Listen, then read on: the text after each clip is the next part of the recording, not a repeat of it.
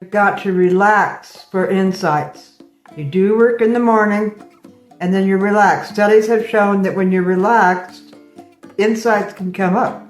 But when you're in high tension, forcing the fit to work, you can't get any insight. You've got to relax. So that's why you do your work in the morning, and then you relax all day. And then you take notes, and the next morning, you do your work. What a wonderful life. Leisure, the importance of leisure. Would-be genius has an incapacity for leisure, but true genius knows the value of leisure. You've got to relax to get those insights. So get up at 1 to 3 a.m. in the morning, have your smoothie, have your breakfast, clean the kitchen, that's it for the day, and then you relax to get those insights. Go out in the sun, take a nap, watch a movie, and keep your notepad right near you.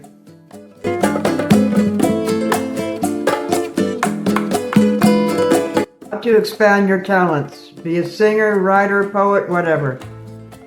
Become a good housekeeper.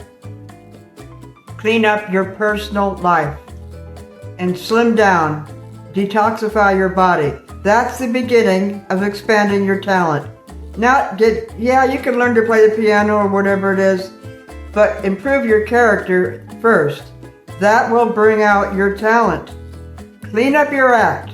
Declutter your environment. Disfatten your body. Get perfect that way. Now your talents will come out.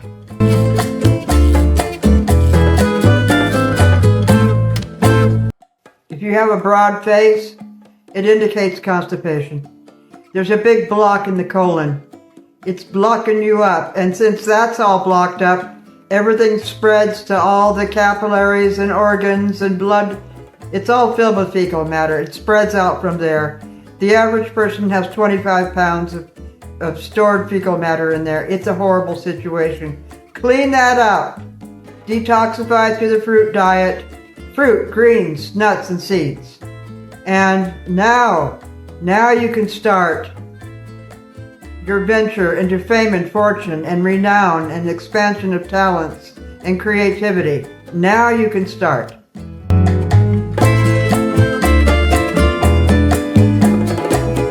Mixing starch and protein is the biggest reason for weight gain. And everything does mix starch and protein. Rice with meat, hamburgers, that's buns with meat. Pizza, that's dough with cheese. Everything is mixing starch with protein. That's why everybody is fat. Either go on the low carb or the high carb, but you can't mix them together. You'll get fat. And people are doing it 3 times a day. That's why all of humanity is obese right now. They don't know about diet. Stick to fruits, greens, nuts, and seeds, and you'll look different from the rest of humanity.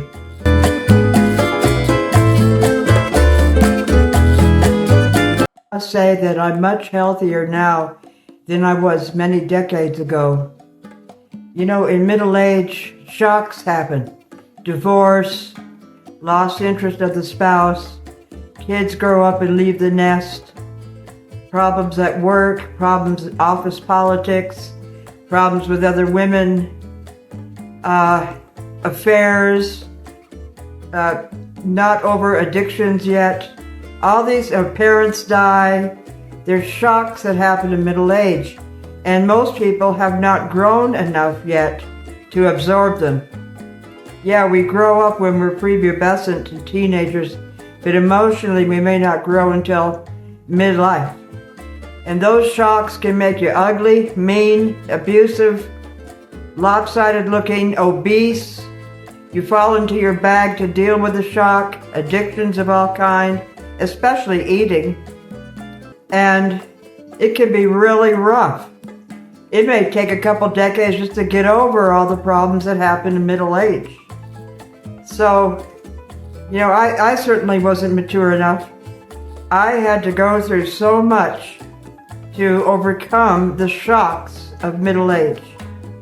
I wouldn't listen to anybody. I had to learn by my own lessons. And then finally, when it was over, God took me from a cabin to a mansion, and gave me a locked gate. And then all my problems are over. He gave me a money bag and a locked gate. And that answers all problems.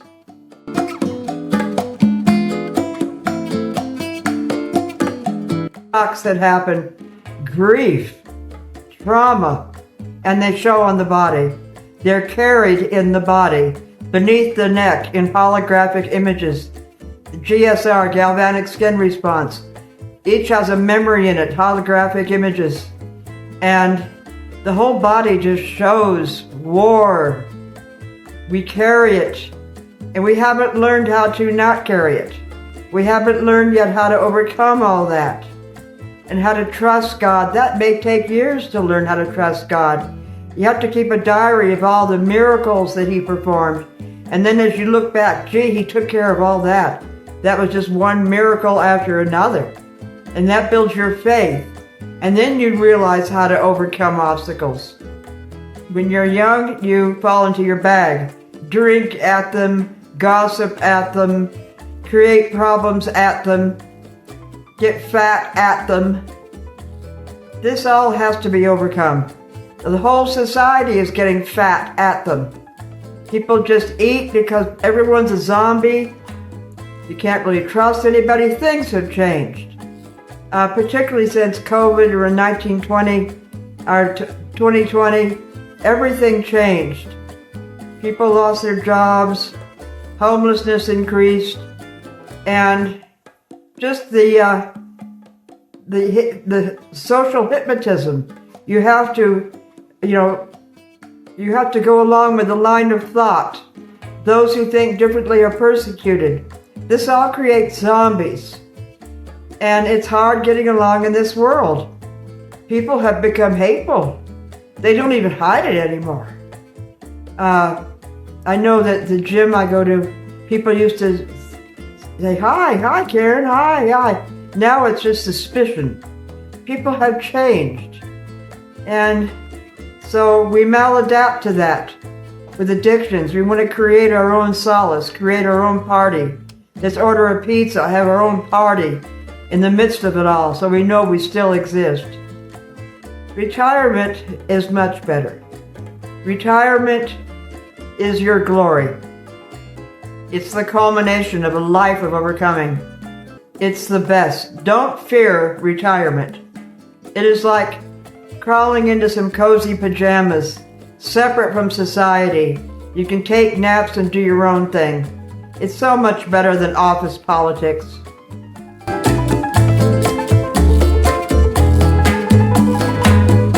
The biggest thing I had to overcome was being a conservative in a liberal town.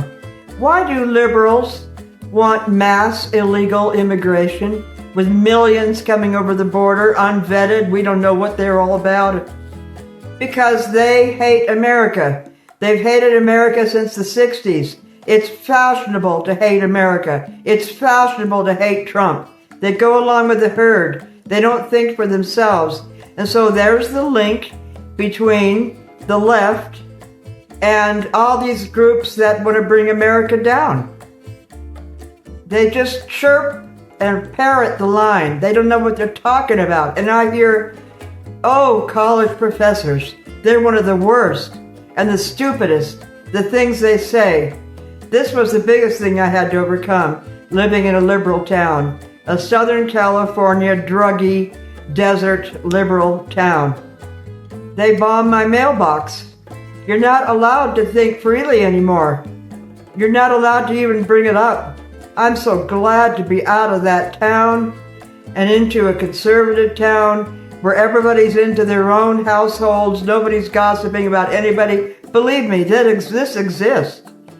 Everybody's happy and cordial. There's no problems. There's not even a need for any policemen. I don't even see any cops around. And if cops ever do give you a ticket, they're apologetic about it.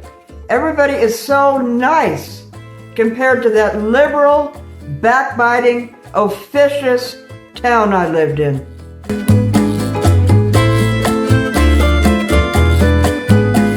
People may be clean 1 minute, but with sin or bad association, or bad food, their aura becomes dirty, dusty, dingy, muddy.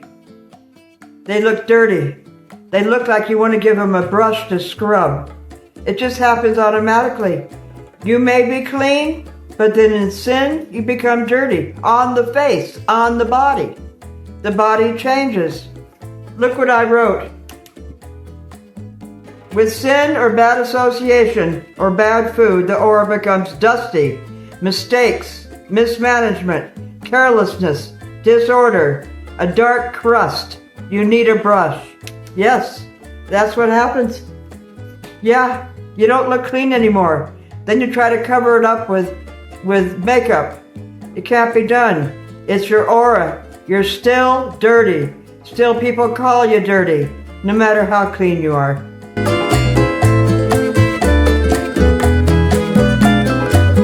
They're besmirched and confused by mainstream news. There's no arguing with them.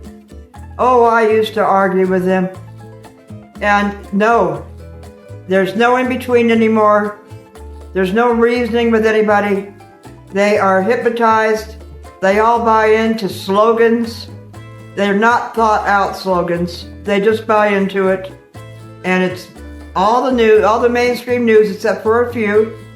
Newsmax, some of Fox, not all of it. They want to take a balanced view, but by doing that it becomes unbalanced. And have a few leftists in there. You don't argue with people. The Bible calls it futile debate. Give up futile debating. Leave them alone. Take a nap. Separate. These people are filled with hate. What good does it do to stay around old friends? People come and go, man. Let them go, and you go on ahead to a beautiful destiny. Don't hang on to people anymore. If they're loving and supportive, i.e. rare, fine. They're gems, hang on for life. But the rest, let them go.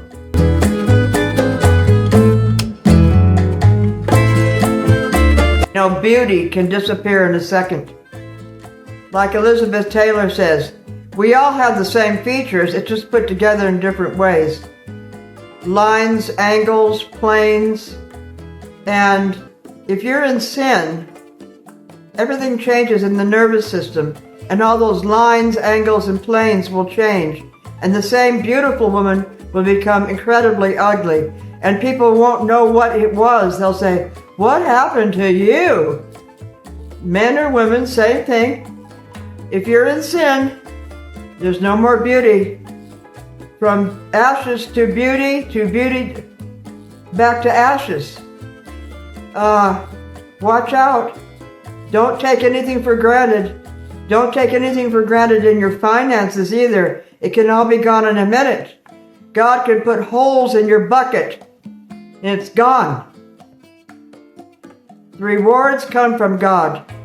Please God, and He will be your Father. Your Father's not going to take away anything good from you, but He will correct you, and He will discipline as He sees fit. So watch out.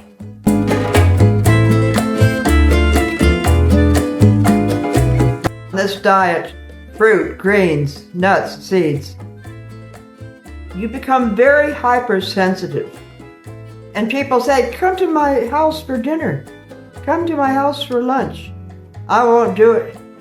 I don't know how they prepare their food. I don't know if they wash their hands first. I don't know how, important cleanliness is to them. In a restaurant, they may drop something on the floor and pick it up and put it in your plate. I don't know. You don't know. Nobody knows how they cut corners. I will not eat in anybody's house. I'm sorry. I prepare my own food. I'm not going to do it. And I don't go to restaurants either. Yuck. I don't know what's going on in there. I went to back in the kitchen one time. The guy was filled with tattoos and he had an apron on, was just filled with his fingerprints. Where he wiped on it, was all dark. He looked like he needed a shave or a brush. No, I don't eat in restaurants. Even if I know the cook, I don't want to eat. People are always offering to fix me food. No, thank you very much. I fix my own food. I prepare my own food, and I enjoy doing it.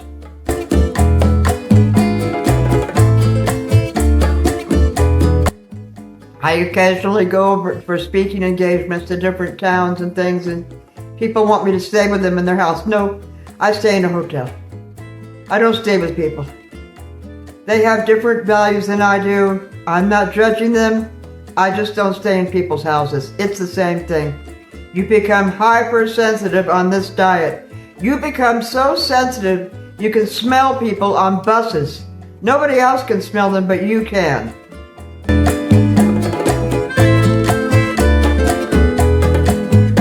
You stop taking life for granted when you mature.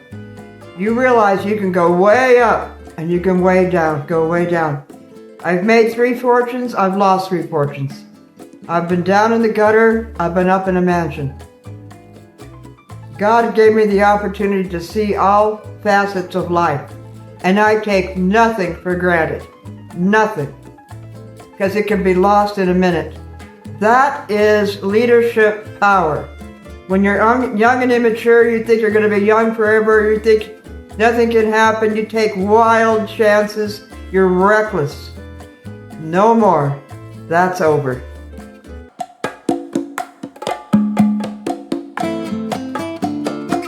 Just to show you how feminism influenced women, I know a woman who left her 5 children and her nice husband to go and have an affair with a man 10 years younger. This is happening.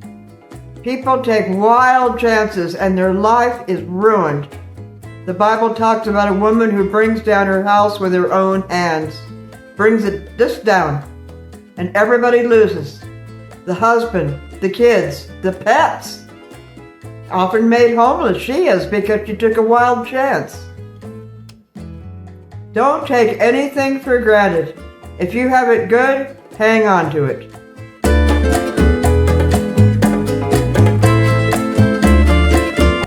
The Bible tells us to detach from evil.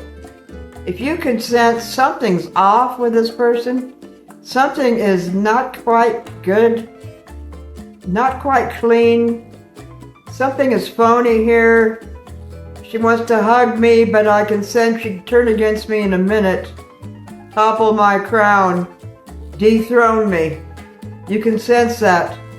Disengage from that.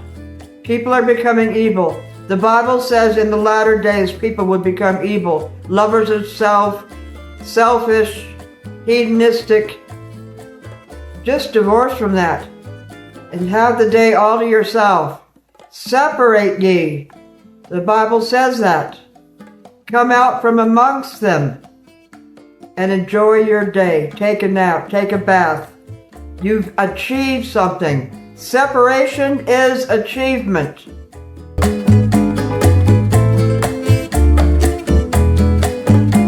My locked gate was the last straw. No more arguing with people about what I do and why I do it. God, living in a small town without fences, I had to argue with people constantly about what I do and why I do it. They want you to be like them. It's a conspiracy against individuality. They want you to be like the herd and think like them, even though they haven't investigated why they think the way they do. They just chirp the party line.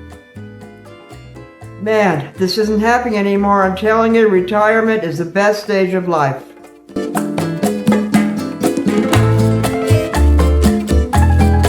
People are becoming more evil. And I ask, are people more evil? Because the Bible says that. Or have you grown? Well, it could be a little bit of both, I guess. But I think they're more evil. Or at least it was hidden better.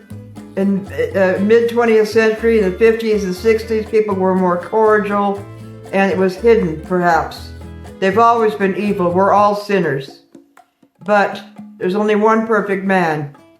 But still, I think, as you grow, you can see it, and you can see how your separation is the biggest vacation. Don't get in the car. Don't go to their home to stay. Don't eat their meals. Separate, separate, separate.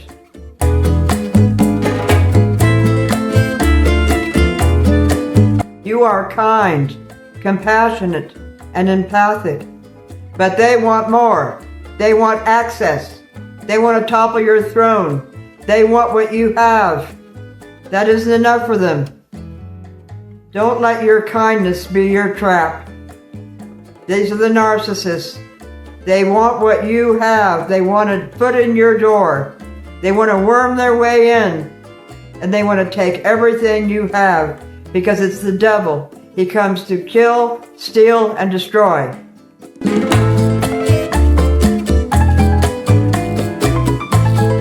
You've seen what they're like. Now you're aware and have boundaries. And now they call you cold. If you have boundaries, they'll call you cold. If you have aristocratic distance, they'll call you cold. But really it's because you've been burned by them, but you don't want to keep telling them off. So now you're just silent and you have aristocratic distance and you are absolutely freezing cold. And they'll tell everybody how cold you are because you won't hug and hug. And that fakery, that's what happens.